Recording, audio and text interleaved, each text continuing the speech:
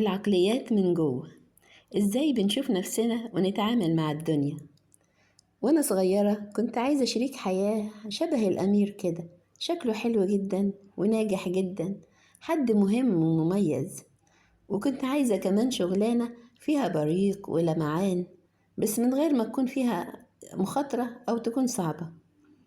وكنت متخيلة ان كل ده هيجيلي كنوع من التأكيد ان انا مميزة واستحق كل ده. عدى سنين كتير قوي قبل ما أحس بالرضا. فعلا لقيت راجل رائع، بس كان لسه في مرحلة التطوير، وبقى عندي شغل ممتاز، بس كان في تحدي مستمر بجد. مفيش حاجة كانت سهلة. طيب إزاي بقيت راضية؟ لأني غيرت طريقة تفكيري. أنا غيرت تفكيري بسبب شغلي.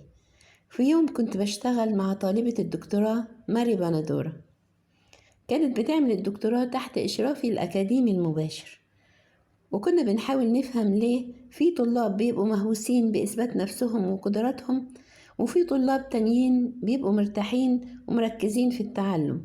فجأة لاحظنا إن معنى القدرة ليه مفهومين، مش مفهوم واحد. قدرة ثابتة لازم تثبتها، وقدرة ممكن تطورها من خلال التعلم.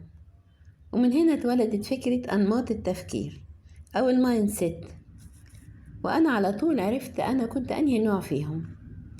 فهمت ليه كنت دايما خايفة من الغلط أو الفشل، والأول مرة أدركت إن عندي اختيار. أول ما تدخل في نمط تفكير كأنك دخلت عالم جديد. في عالم منهم اللي هو عالم الصفات الثابتة. النجاح معناه إنك تثبت إنك ذكي أو موهوب، تثبت لنفسك والناس إنك جامد. وفي العالم التاني اللي هو عالم الصفات القابلة للتغيير، النجاح معناه إنك توسع من قدراتك وتطور نفسك وتتعلم حاجة جديدة وتطور فيها نفسك بجد. في العالم الأول الفشل معناه إنك اتعثرت، جبت درجة وحشة أو خسرت مسابقة، اتفصلت من شغلك أو اترفضت، وده معناه إنك مش ذكي أو موهوب. لكن في العالم التاني الفشل معناه إنك ما بقيتش تتطور، إنك ما بقيتش تسعى لحاجات بتهمك، وده معناه إنك مش بتحقق إمكانياتك الحقيقية. في العالم الأول المجهود حاجة وحشة زيه زي الفشل، بيعتبر دليل إنك مش ذكي أو موهوب، لأن لو كنت فعلا موهوب ما كنتش هتحتاج تبذل مجهود أصلا. لكن في العالم التاني المجهود هو اللي بيخليك ذكي أو موهوب. أنماط التفكير ما هي إلا معتقدات قوية بس في الآخر مجرد أفكار في دماغك، وتقدر تغير دماغك. وانت بتقرأ فكر كده، انت عايز تروح فين؟ وأنهي نمط تفكير هيوصلك هناك؟ هل النجاح معناه إنك تتعلم ولا إنك تثبت إنك ذكي؟ بنجامين باربر ده عالم اجتماع مشهور قال مرة: أنا ما بقسمش العالم للناس الضعاف والأقوياء ولا للناجحين والفاشلين، أنا بقسم العالم للي بيتعلموا واللي مش بيتعلموا. إيه اللي يخلي حد ما يكونش متعلم؟ كلنا اتولدنا جوانا رغبة قوية جدا إننا نتعلم.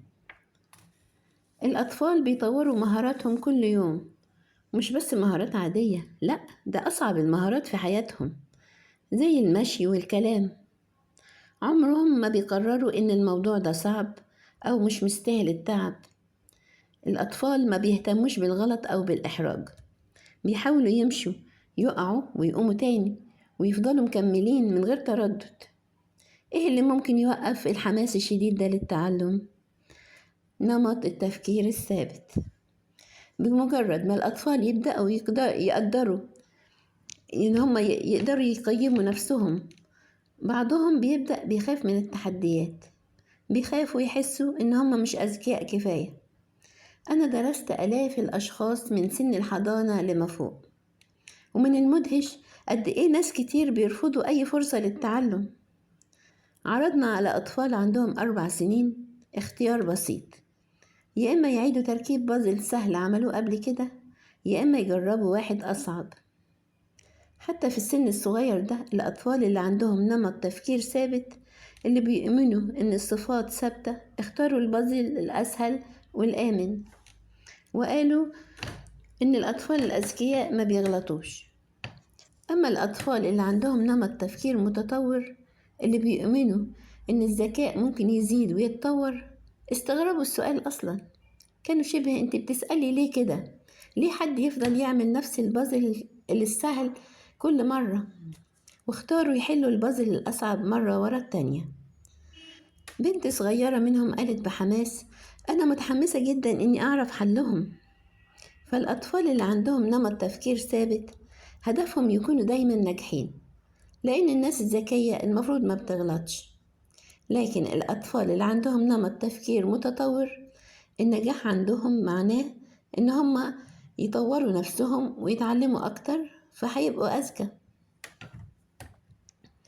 بنت في أولى إعدادي لخصت المفهوم ده وقالت: أنا شايفة إن الذكاء حاجة لازم تشتغل عليها، مش حاجة بتجيلك كده وخلاص.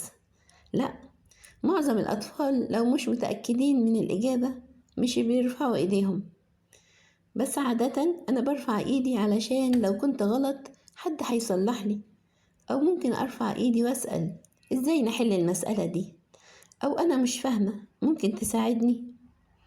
ومن خلال ده أنا بزود ذكائي.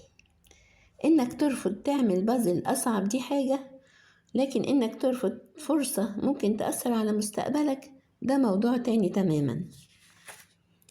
علشان نعرف هل ده بيحصل فعلا استغلينا موقف غريب شوية. في جامعة هونج كونج كانت كل حاجة بتتعمل بالإنجليزي، المحاضرات بالإنجليزي والكتب والامتحانات، لكن بعض الطلاب اللي بيدخلوا الجامعة مش بيتكلموا إنجليزي بطلاقة، فكان منطقي إن هم يتصرفوا بسرعة ويحسنوا مستواهم. إحنا كنا عارفين مين الطلبة اللي مش قويين في الإنجليزي وهم بيسجلوا أول سنة ليهم، وسألناهم سؤال مهم: لو الكلية قدمت كورس لتحسين مهارات الإنجليزي هتاخده ولا لأ؟ وقيمنا كمان نمط تفكيرهم. سألناهم أسئلة زي مثلا: أنت عندك نسبة ذكاء معينة ومش هتقدر تغيرها بشكل كبير. اللي وافقوا على الجملة دي عندهم نمط تفكير ثابت، أما اللي عندهم نمط تفكير متطور فكانوا بيوافقوا على جملة زي مثلا: دايما تقدر تطور ذكائك بشكل كبير. بعد كده بصينا على مين اللي وافق يدخل كورس الإنجليزي ومين اللي موافقش. الطلبة اللي عندهم نمط تفكير متطور قالوا أيوة بكل حماس، أما اللي عندهم نمط تفكير ثابت ما كانوش مهتمين قوي. اللي بيؤمن إن النجاح بيجي من التعلم اقتنص الفرصة، أما اللي عندهم تفكير ثابت خافوا يبان عليهم إن مستواهم ضعيف، فضلوا يحسوا إن هم أذكياء مؤقتا حتى لو ده هيأثر على مستقبلهم الجامعي كله. وده بالظبط زي أي نمط تفكير ثابت بيحول الناس لناس مش بتتعلم. الفرق بين أنماط التفكير ممكن تشوفه حتى في إشارات الدماغ. ناس من النوعين دخلوا معمل تحليل الموجات الدماغية بتاعنا في جامعة كولومبيا، وإحنا بنديهم أسئلة صعبة وبنقول لهم رأينا في إجاباتهم. كنا مركزين نشوف دماغهم بيشتغل إمتى بيبقوا مهتمين ومركزين. الناس اللي عندها نمط تفكير ثابت كانوا بس بيهتموا لما المعلومة اللي تتقال لهم ليها علاقة بقدراتهم، يعني الموجات الدماغية بتاعتهم كانت نشيطة لما بنقول لهم إذا كانوا صح أو غلط. بس لما قدمنا ليهم معلومات كان ممكن تساعدهم يتعلموا ما كانش فيه أي علامة على الاهتمام. حتى لما كانوا بيجاوبوا غلط ما كانوش مهتمين يعرفوا الإجابة الصح كانت إيه. الناس اللي عندهم نمط تفكير متطور بس هم اللي ركزوا جدا مع المعلومات اللي ممكن توسع معرفتهم. التعلم كان أولوية بالنسبة لهم. يا ترى أنت أولويتك إيه؟ لو قدامك اختيار، يا إما تنجح نجاح كبير وتقدير كتير، يا إما تتعرض للتحديات كتير، هتختار إيه؟ الموضوع مش بس في المهام العقلية أو الدراسية، الناس كمان لازم تختار نوع العلاقات اللي عايزينها.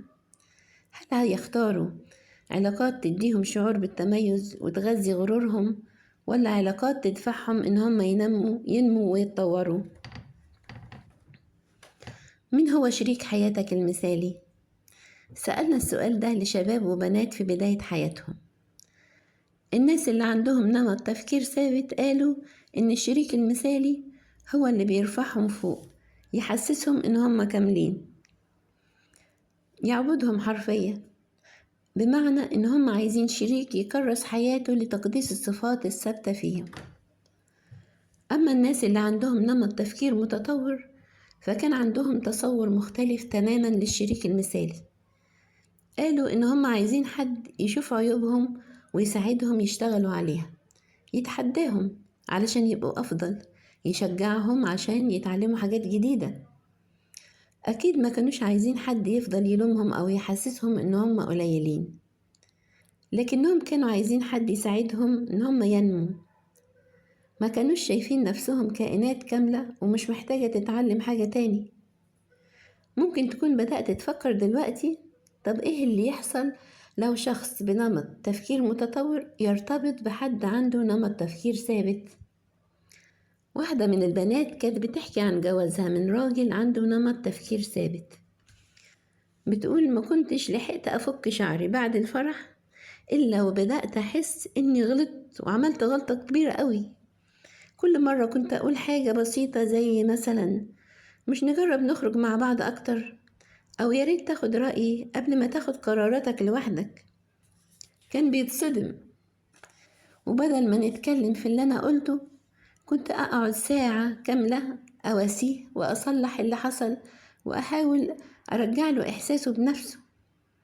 وبعدها كان يروح جري على التليفون يتكلم مع مامته اللي كانت بتغرقه في المدح طبعا، اللي هو واضح إنه هو بيحتاجه بشكل مستمر.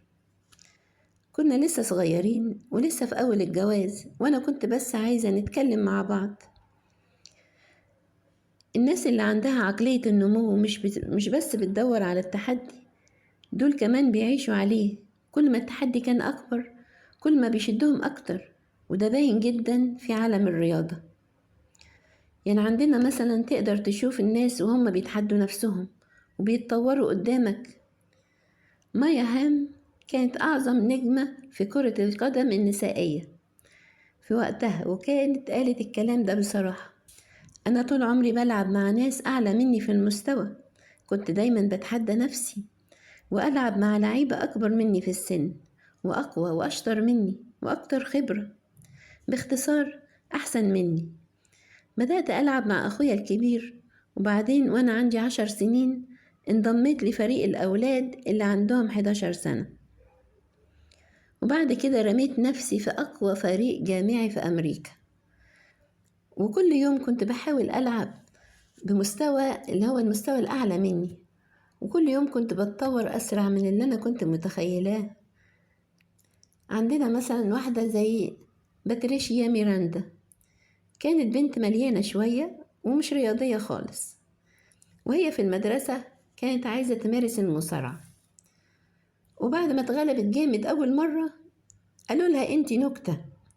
هي الأول عيطت، بس بعد ما حست بالإحساس دوت حست جواها بحاجة اتحركت، وقالت لنفسها الهزيمة دي خلتني مصممة أكتر، وكنت محتاجة أكمل علشان أشوف لو المجهود والتركيز والإيمان والتدريب يقدروا يثبتوا إني أستحق أكون مصارعة ولا لأ.